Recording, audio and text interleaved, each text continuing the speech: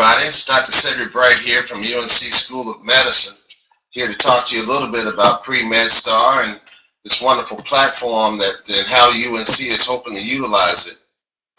There's a chat box in the bottom. If you hear me, please put a message in there so that we can understand that that's an issue. I see a hello. I can hear you now. Very good. Glad to hear that. So I hope everybody's having a great evening. I want to take the glasses off so I get the glare out, but then I can't read my notes, but we'll make it out. So just want to talk to you a little bit about PreMed StAR and what we think about it at UNC.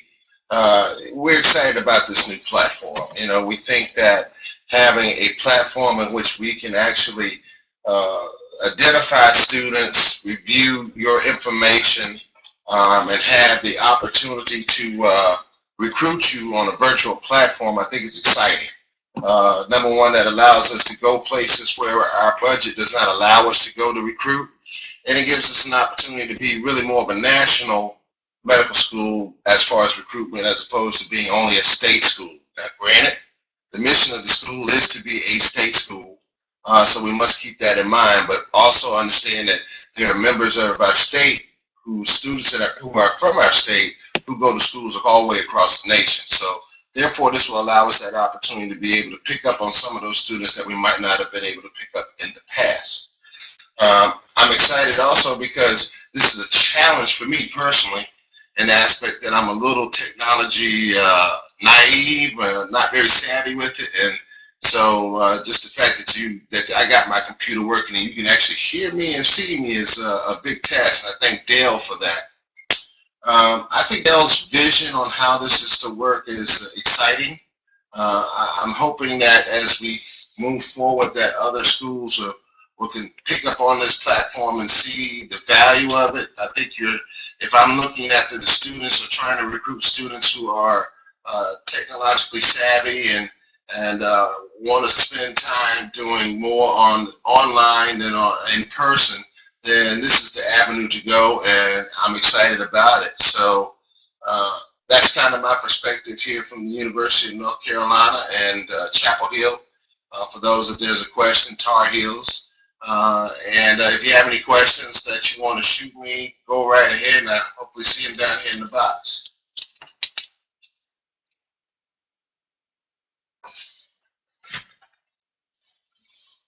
So I see one person is planning on applying to UNC. That is great.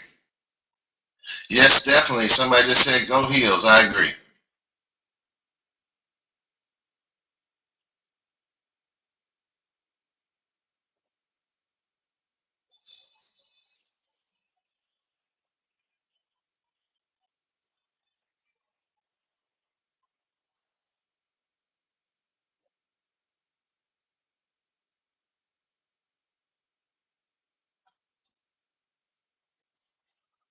So if you go to our website and look at what are some of our requirements, you know, we have the basic requirements. I'd say our average GPA for our in-state students is a 3.5. Our out-of-state's probably a 3.6, and our MCAT score is about a 5.10 out-of-state and a 5.05 in-state. Of course, that's an average, which means we go up and we go down. So I would say that that's one of the first criteria to look for. And the things that we're really looking for in our students that we'll be looking for on you and your profiles on PreMed StARs, you know, your genuine journey. What type of activities have you done? How did you come about your decision to want to go into medicine? Was it something that, you know, some type of experience that you had, some type of family experience, some type of friend experience? All those types of things make a difference. And, you know, it's not just your numbers. So, you know, don't hesitate just because your numbers might not actually match completely. But if they're close, that puts you in the ballpark. You know, we really do. We get over 6,500 applications this past year, and I can promise you, I probably have read 1,000 or more. So we actually do really go through those applications. One question is, what's a good score range to aim for as an out-of-state, non-traditional student? A good score in that aspect is, you know, as a non-traditional student, you're not treated, your scores won't be treated any different than a traditional student. So kind of the numbers I stated earlier, 510 for an out of state, I think is would put you in the ballpark. And then what kind of experiences are you bringing to the table as a non-traditional student would be the other aspect of that. So I think that, scores is just one part. Military, great question. We bring in a lot of folks from the military at UNC. We have as you may know, North Carolina has a lot of military bases, and therefore we have a lot of people maybe from out of state who have done military within our state and have become state citizens, and therefore, that's considered as well. But even our out-of-state military personnel are considered. That's a little more perspective that we look out for as it relates to our veterans, military members.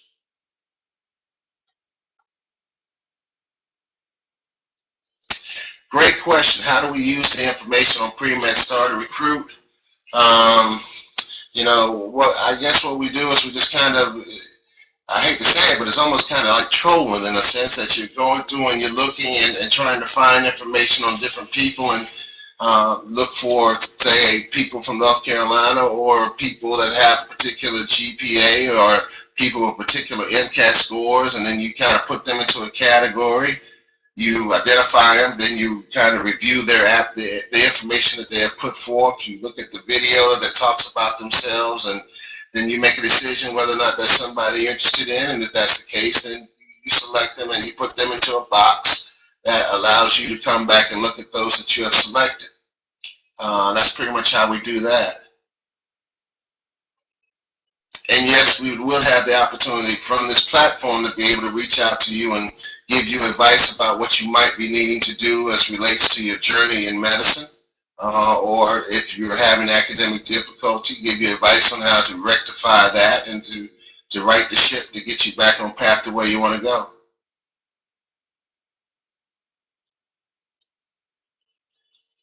The question was asked about international students getting admitted to UNC School of Medicine. We have not had a lot of international students that have applied to UNC, and I think that's more a reflection of the fact that we're state school. I think in the aspects of more state schools, you're going to find it's a little bit harder than a private school in order to get through that door. So I'm just being honest on that. Your GPA, and somebody said my GPA is going to be horrible, but a good MCAT score. Well, somewhere in life people have difficulty while they're in college and doing their undergraduate or even their grad work, and the bottom line of it is life doesn't stop because you're in school. We understand that. Some people have to work 40 hours or more in order to stay in school, in order to support themselves and get through school. We have to be able to understand that. The goal of a person who is reading an application is not only to read the story that is written, but to also be able to discern the story that is not written. What is the underlying impediments that may affect somebody's academic performance? So what I would tell you is that's the case. There's ways that you can go back and improve your GPA. That's not the end of the road because after you came out of your undergraduate, you had a bad GPA. There's a way that you can mitigate that and turn that table around and make it work to your favor.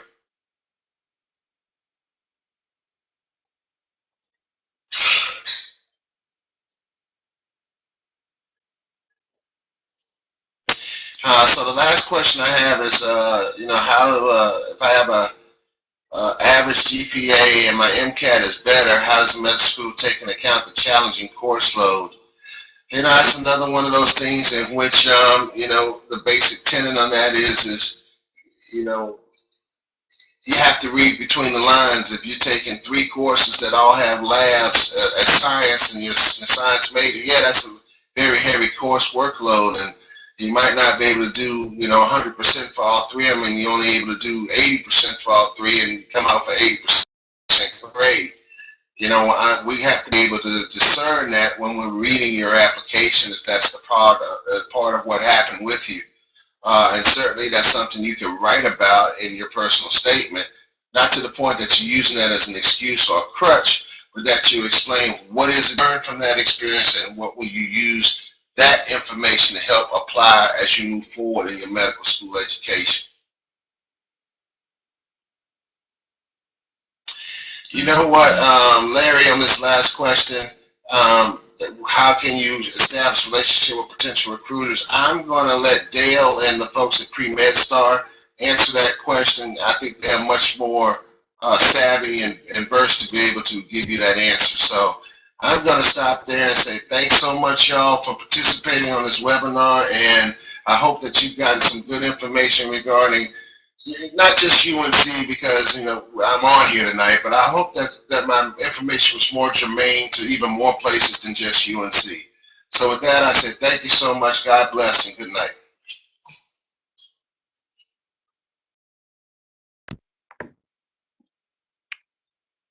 Good evening, everybody. Can you all hear me okay?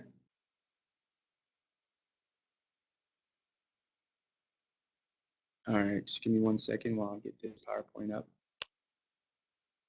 All right. Okay, so hi everybody, my name is Denston, and I am currently a senior cell and molecular biology major at the Westchester University of Pennsylvania. And yeah, so I took the MCAT about 6 months ago. I'm currently applying to medical school, and I did pretty well on the MCAT. I scored in the top percentiles, and I've been accepted to a few medical schools, and I've received some pretty good offers. So I just want to share with you some tips that worked for me while I was studying for the MCAT that I think that you guys can use as you formulate your own plans. So the tips that I'll be sharing with you guys, I mean, I wouldn't say like follow everything like word for word. Just kind of hear me out. Hear what my story is, what my path was, and then see what methods that I used that might work for you. So I'm not sure how experienced everybody is with the MCAT exam. So before I go into talking about my exact path and some of the tips that I have for you guys, I'm going to first start with a little overview of the MCAT exam. And again, before I get into my path, I just want to let you guys know that I'll be giving the opportunity for you guys to ask questions at the end of the presentation.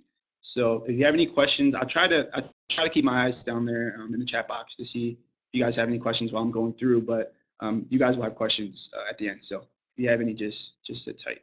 So the structure of the MCAT exam. So I'm sure everybody is somewhat familiar with the structure. There are 4 sections of the MCAT exam.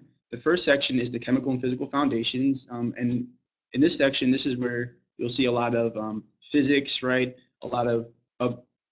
Definitely a lot of chemistry, so like general chemistry, some organic chemistry. You're going to see biochemistry and things like that. So this section has passages, and it has freestanding questions. So sometimes you'll have a passage that talks about a certain concept, and then you'll be asked questions that may or may not relate to that passage, but will have something to do with the topic. So there's 59 questions in total, and you have about an hour and a half. So after this section, you have a 10-minute break, and then you have the CAR section, which is pretty much the section where what you're going to be doing is just reading passages and answering questions. So with this section, you don't really need to have any knowledge beforehand, but you kind of have to be ready to read different pieces and be able to analyze them. And answer questions about ways that different situations that were presented in passages can be applied in different ways than they were in the passage. So after this section, you're going to move on to your 30-minute break, and at this point, you can have lunch or just take a break and give your brain a little rest from the last 2 sections. So you come back, you take the biological and biochemical foundations of living systems section, and in this section, what you're going to do is answer a lot of questions on biology. There's going to be some biochemistry. There'll even be a little bit of organic chemistry and general chemistry as it applies to biology, right? So you're going to see a lot of biology in this section, and again, this section is like the chemistry and physical foundation section, in that you're going to have passages where you're going to read the passage, and then you're going to answer questions that have to do with the topics presented in that passage. So. And then you're also going to have some freestanding questions. So after this section, you'll have about a 10-minute break. You'll come back and take the last section. In this section, what you're going to do is answer questions on psychology and sociology. So there will also be a little bit of biology section, only as it applies to the nervous system and how that can kind of influence behavior. So there will be some biology, but there's going to be a lot of psychological concepts, sociological concepts that you're going to have to read passages about. There may even be some like research studies, and this is true for the physical and chemical section, as well as the biological and biochemical foundation section. You may have times where you're given a passage that looks kind of like a research article, and you have to kind of understand that and be able to answer questions about it. So that's a brief overview of the MCAT. Now I'm going to talk about my path. So my path is kind of mixed in studying for the MCAT. So I took my MCAT last June, but I took my first MCAT course the summer before that. So I was lucky enough to receive a free course through a summer program at a medical school, and it was a formal course, and I went through all the material. At that time that I took the course, I didn't have physics under my belt yet. I didn't take that course. I didn't take sociology yet, and I didn't take biochemistry yet. And I still found the course helpful. But I took that course, and then during my fall semester, I pretty much took off from studying for the MCAT. I would review as it applied to like the courses I was taking. So with biochemistry, I would review those concepts as I learned them in biochemistry, and I would answer, I would use the resources that I got from my course to answer a lot of questions and keep my knowledge that I gained from the course fresh. So after my fall semester, what I did was I actually started really studying for the MCAT on my own. So in the spring semester, I made sure that I had a light load. So I only took about 12 credits, and I made a plan and everything. And I'll talk more about that in the slides to come. But what I did was I prepared myself to study on my own. So I only took 12 credits, and I really made a plan, and I executed on the plan. I continually revised it, and I took continual MCAT exams to make sure that I was on the right path.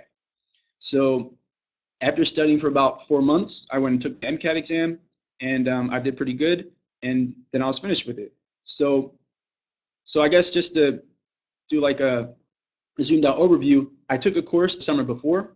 I kind of reviewed all the material. I took a little break during the fall, and then I really studied for a couple months until June, and that's when I took the exam. So I kind of took a really long approach. Not everybody really studies that long for the MCAT exam, but I'm more of a kind of person. You may find that you're this kind of person, or maybe not. Maybe you want to get through it fast, but I'm the kind of person that doesn't like to spend like hours studying at once. So, I wanted to spread it out, especially since it was a test that was so dense with so much material. I kind of wanted to give myself the opportunity to learn all the concepts and take my time with it. So I decided to take a longer time to study for it, so I wouldn't have to condense everything, and end up studying like 7-9 hours a day and things like that. So it's really up to you, and I'll talk more about that next. So now I'm just going to give you tips based on my own experiences studying for the MCAT about what you can do to you kind of formulate your own plan and kind of wrap your head around how you're going to study for this exam that is so dense, has so much material on it. So pretty much I have five things here that I'm going to go over. The first thing is making a plan. So I'm going to talk about some things you might want to think about and some things that I found helpful as I made my plan.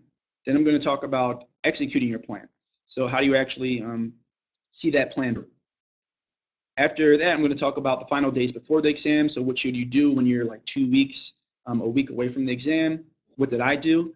And then I'm going to talk a little bit about exam day, some of the things that you don't realize until a couple weeks before the exam because you've been studying so much for it. And then I'll talk very briefly about what you do after. So again, this is just my own experience. This is what worked for me, and I hope that you can take some methods that I used from this and use it in your own studying. But certainly don't follow what I did word for word because you're different from me, and what worked for me may not work for you. So just I'll just sit back and just see some things that'll work for you. And how I studied for the MCAT exam. So the first thing that I thought about was, okay, there's all this material. I need to get through it all. How am I going to do this, right? So when am I going to take the exam is the first thing that I thought about. And in thinking about this, you want to think about the courses that you have complete and when you want to apply for medical school. So with that being said, when I first my course, I didn't have physics and I didn't have sociology yet, and I didn't have biochemistry yet. That was okay. I think if I didn't have biology or the chemistries, then it probably would have been a problem. So the more courses you have done, the better. So in regards to how much time you spend studying, again, that's completely up to you. Some people just spend like 3 months, maybe take a course, and then spend a couple of weeks after that course just really reviewing on their own, and that works for some people. Some people like to take it slow and steady, like me, and not really condense the studying too much. Just not feel pushed every day to really do hours of studying, but just do a few hours a day and slowly work your way up to being prepared for the MCAT. So it's really up to you, but it's something you should be thinking about when you make your plan. The next thing you may want to think about is, should I take a course or not? Now, I was lucky enough to receive a free course, but courses are pretty expensive, so you may want to take some time to think about whether or not you want a course. Now, there are some very positive things about taking a course.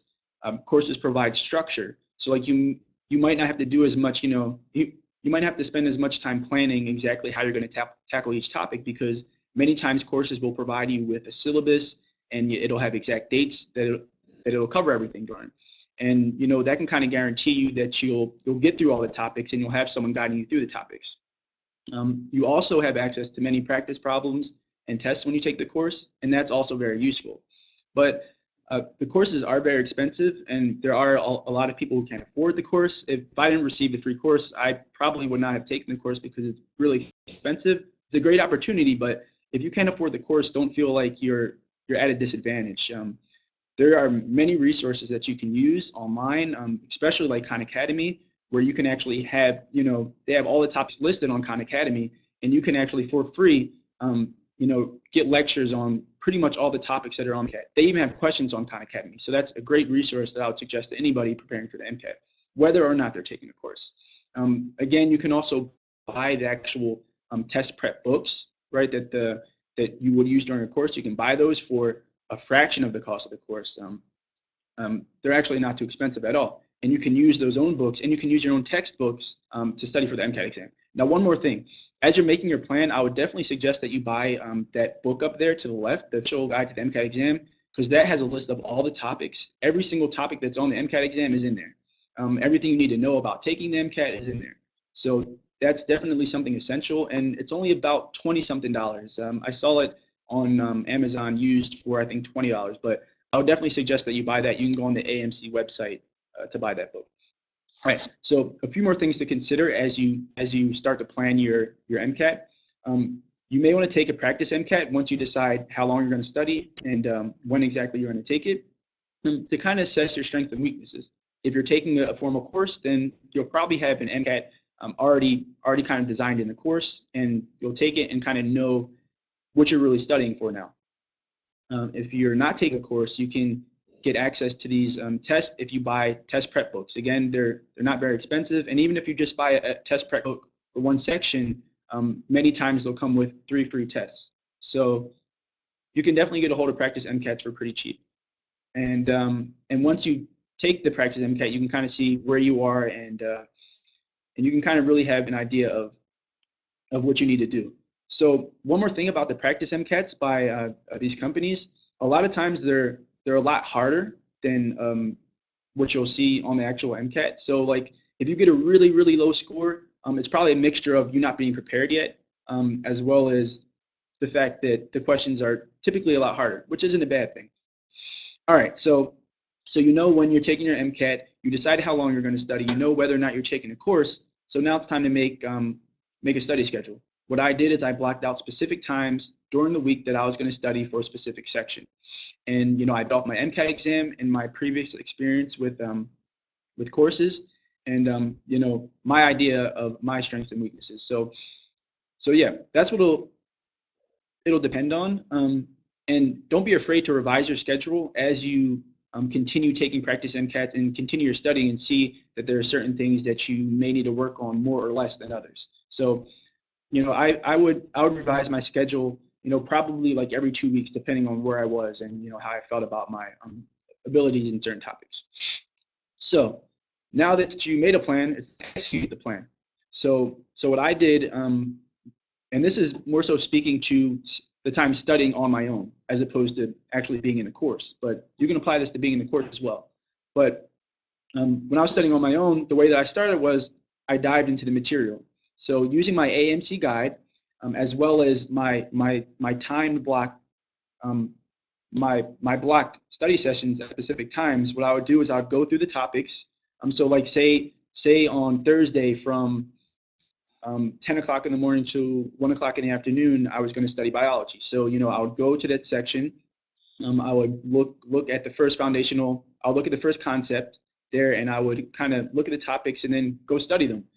Sometimes I would just read certain chapters out of the test prep company books. So like a lot of times, they'll have books like biology book, and in that book, they'll have all the chapters lined up, and you can just go through in that order, or you can use the AMC guide and go through in the order that they present the topics.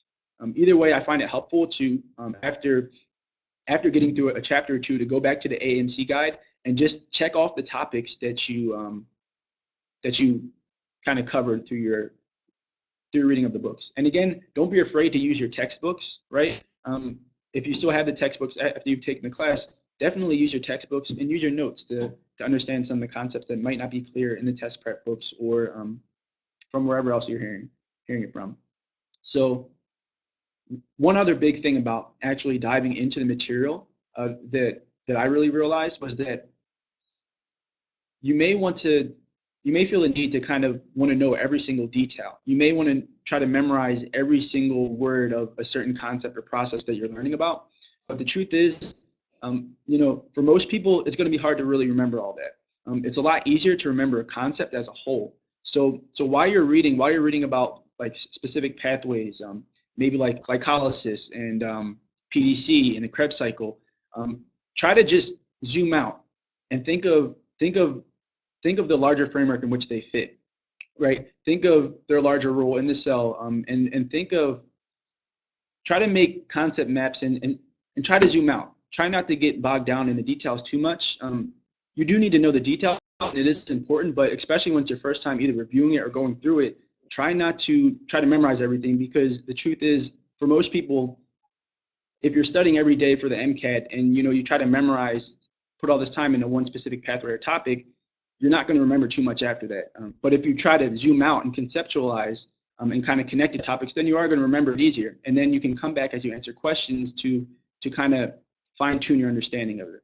That worked for me. If you're more of a memorize everything person, then by all means. I see a question here. Does it help to read research papers often?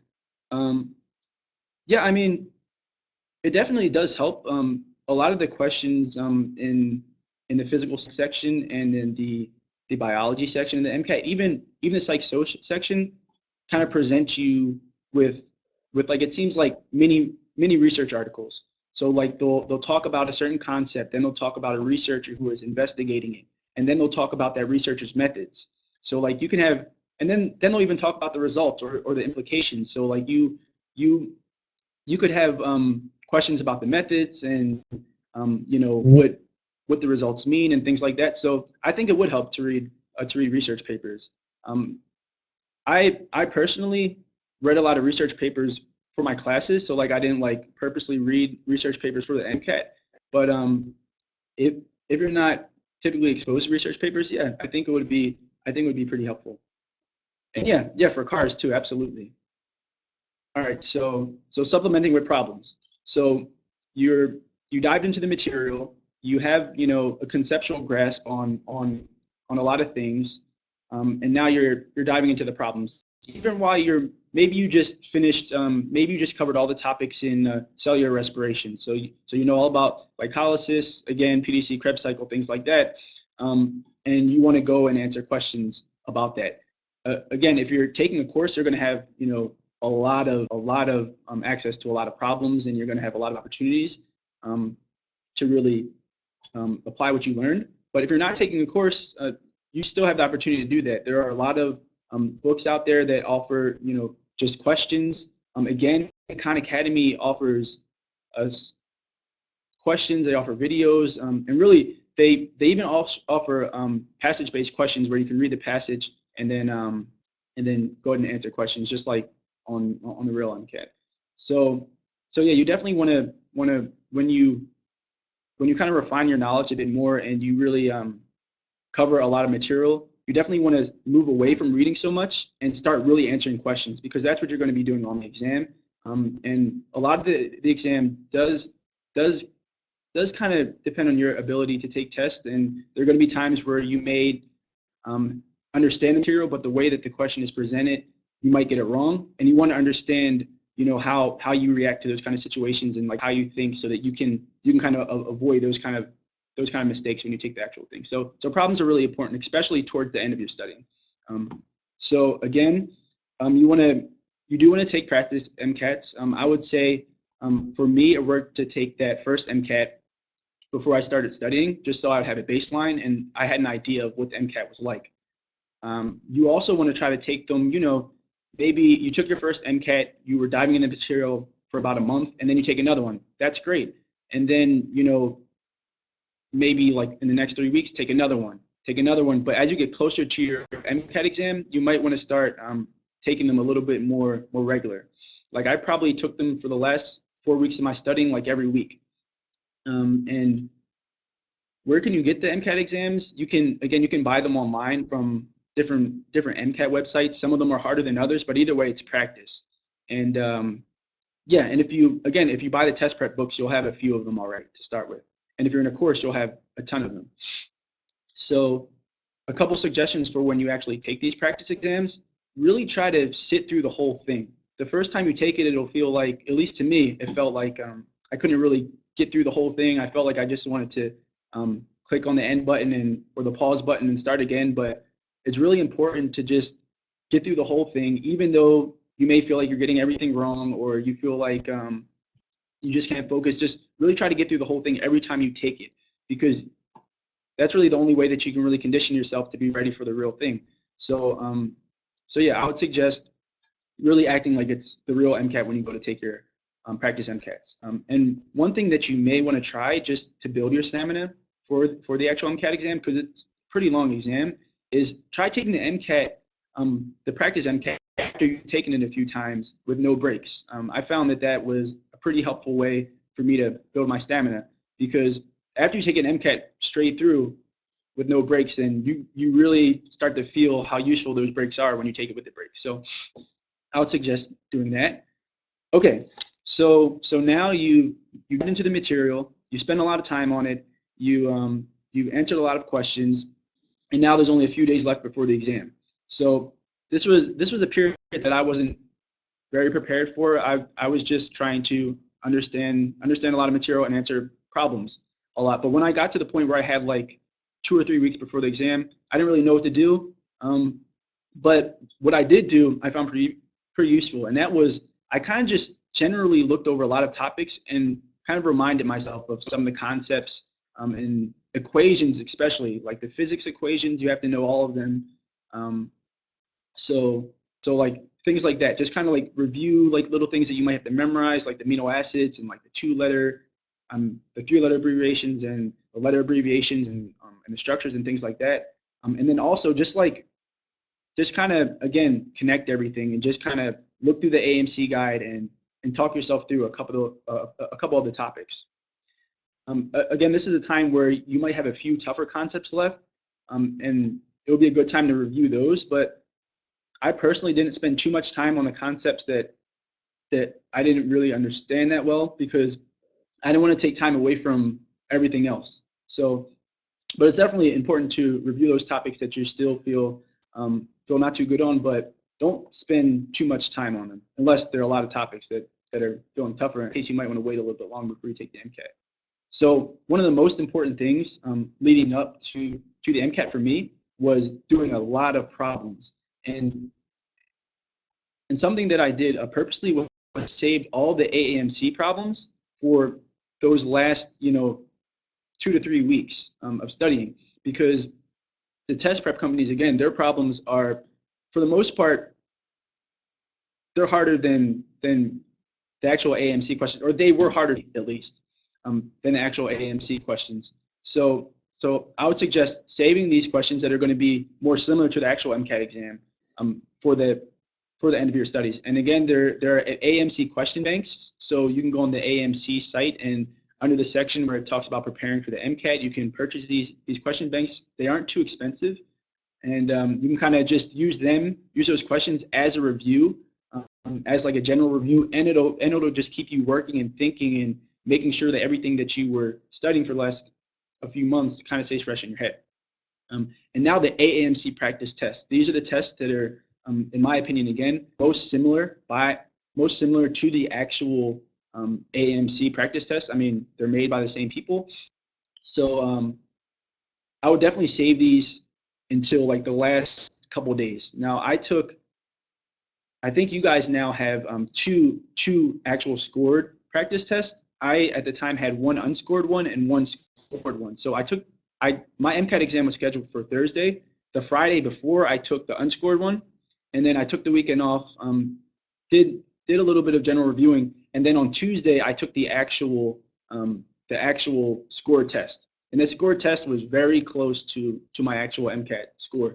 And I did that purposely. That was going to kind of tell me how it really was.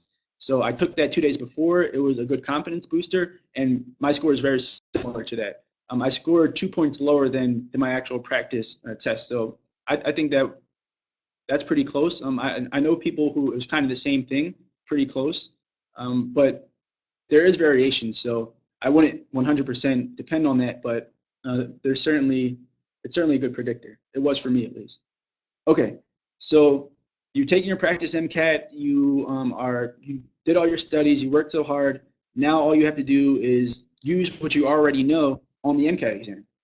So on the dawn of the MCAT exam, my advice would be to definitely know all the little things that you need to actually like get into the test, and know that you need your ID, right? You need to have a valid ID. Know that you're registered and everything like that. Just all the things that will enable you to actually take the exam. Also, be familiar with some of the things that are going to be going on when you get there. So when you get there, you're going to have to sign in, wait. You're going to have a locker. You're going to have to put all your stuff in the locker. You're going to have to go like a security check.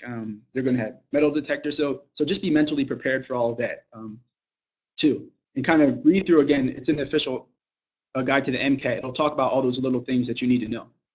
So definitely be familiar about that. Try to get some sleep.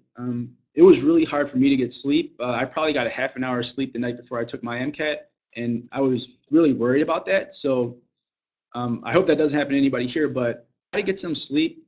I tried to go to sleep early, but it didn't really work out for me. But I guess even if you don't get sleep because of that, know that you can still do well. You just have to know that you have everything in your mind, and you just have to do it on the test. So in terms of, I guess, like things that are obvious, right? Eat a good breakfast. I'm sure most of you already know that. My only like specific advice about that is like, try not to have anything like too heavy. Some people, if they coffee, they may have to go to the bathroom. So you might not want to drink coffee since you're going to be sitting in that exam room.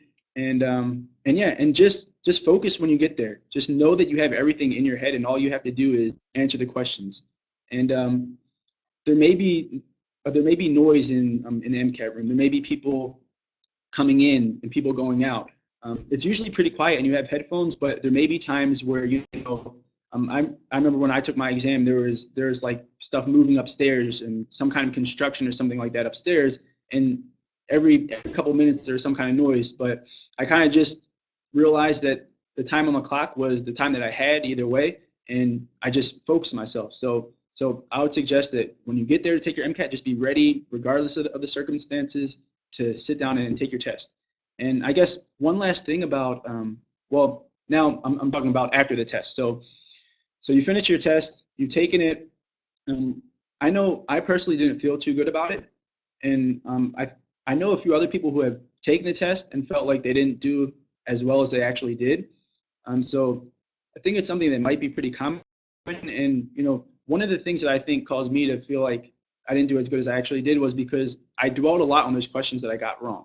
So if you find yourself feeling bad after the test, don't think that means you're going to score bad. Just kind of wait. It's a long wait, about a month, but just wait. I really don't have it in terms of like if you should void the test or not, depending on your personal opinion. Again, in my experience, I felt like I didn't do as well as I actually did. I didn't void the test because I kind of got to the test with the mentality that I studied so hard for it. I'm taking it once, and and that's pretty much it. So after the MCAT exam, just try to relax and just wait for that test. It's hard, but just got to do it. So does anybody have any questions about anything?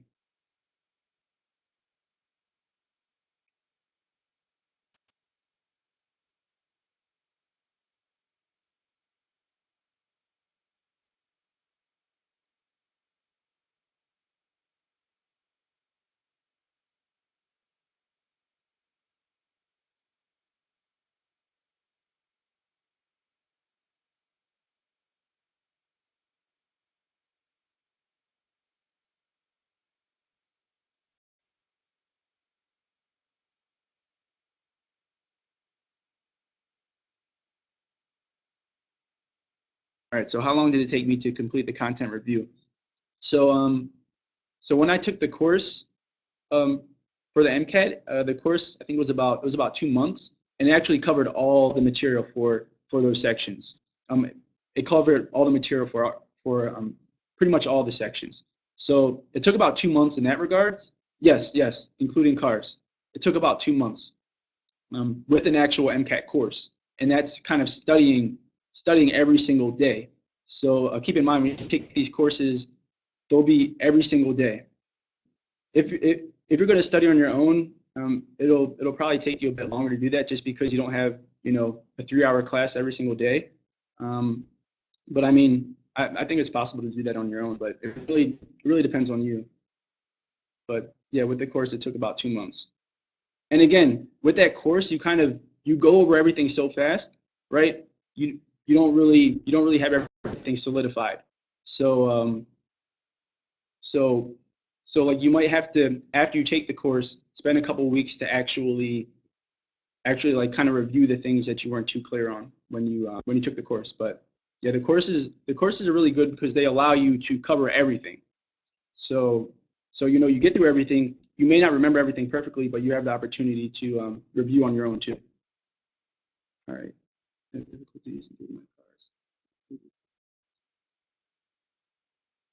Okay, so improving your cars, again, people have many different opinions on how to study for cars. In my opinion, I think what helped me was one thing that I did was read articles.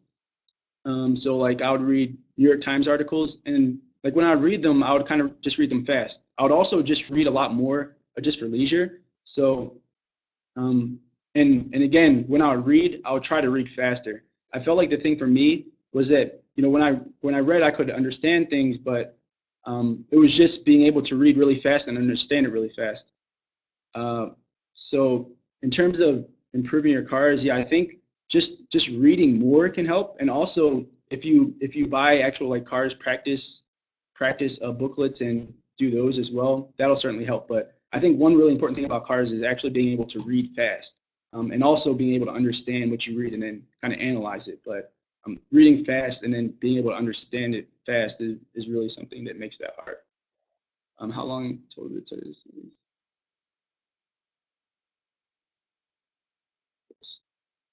So how long total did it take to study with the course and then taking my own exams? So I took the course over the summer. That was about 2 months, and then I took some time off. So I kind of just very lightly reviewed during the fall semester. Then I started studying from about the end of January to June. So for about like 5 months on my own. So in all, I probably spent about 7 months studying. But again, the reason I spent so much time studying is because like I wasn't studying like many hours a day. Like I wasn't studying like 5-6 hours a day. I was probably studying about maybe 3 hours a day on the weekdays, and then there would be some weeks where I would really intensively study certain things. So, I mean, I know people who have studied and done very well in the MCAT, studying only about like 3 months. I'm sure people have studied shorter than that, but it really depends on you. And it really depends on what you're scoring on your practice exams. Right. What are some strategies for studying with a group/interactive ways to study apart from practice questions? That's a good question. Um, I didn't really study in a group when I studied for the MCAT on my own, but when I took the course, I would often meet with other people who were in the course, and kind of what we would do is we would go through some passages, we would read them and answer them, and then talk about our answers in that regards. I know there are people that do a lot of different things. I've heard of people playing like MCAT Jeopardy, which is actually a really good idea. I've heard about people just getting together and meeting and talking about concepts together, but I didn't really do too much of that when I studied on my own, so I can't really speak to that too well. But I'm sure if you go like online, you can certainly find people, or even on PreMed StAR, you can maybe even start your own group and Skype in with everybody and kind of talk about certain problems or answer questions together. All right. Okay. All right. Well, that's the last question. I hope this was helpful. Again, this was just my experience in taking the MCAT exam. I hope that you took a couple things away that may be helpful for your own studies. Best of luck to everybody. I'm on PreMed StAR, so if you have any other specific questions, feel free to just message me. Again, my name is Denston Carey, and I'm glad to help tonight. So I'll let Megan come on.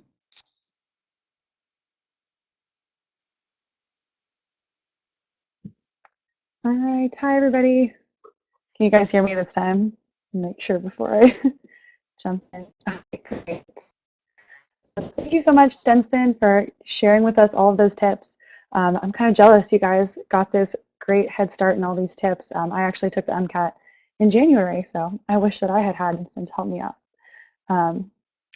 But I'm going to go ahead and wrap up this whole webinar. Thank you guys so much for joining us. It's been great having you all here participating in the chat. And I wanted to very quickly correct, I misspoke at the beginning. The mission of PreMed StAR, the wording is a little bit different. It's to ensure all students have the opportunity to be recruited to medical school, so just to clarify. And to wrap up, Dr. Dale did mention that Kaplan is offering all PreMed StAR members a great deal on their courses. I took a Kaplan prep course, and I know that there's a lot of great companies out there that do these courses, but if you want information about this discount, just email info@premedstar.com and we can get you the specifics. So in closing, we want you all to get active on PreMed StAR. So you've heard it said, I'm sure, that you're going to get out of something what you put into it. It's absolutely the same at this site.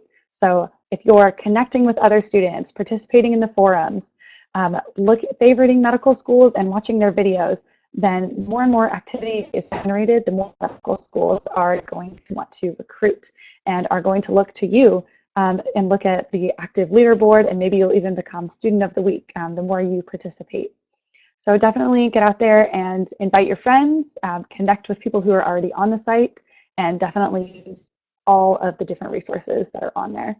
And with that being said, how many of y'all are in a club like AMSA or AED, some sort of pre-medical organization? Anybody? All right, awesome. Here, one person is.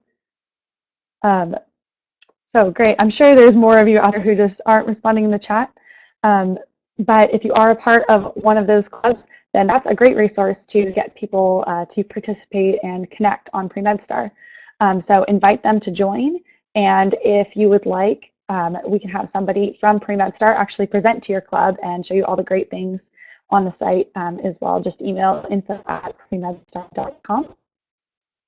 And again, this is definitely to your benefit because the more students that join, the more medical schools will recruit.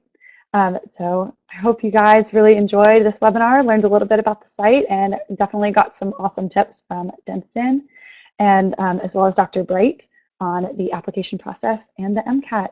So thank you all for joining us, and make sure to tune in to our next webinar that's coming this month. So make sure to stay tuned on the site for information to come about that. All right, with that, thank you all so much. Have a good rest of your night.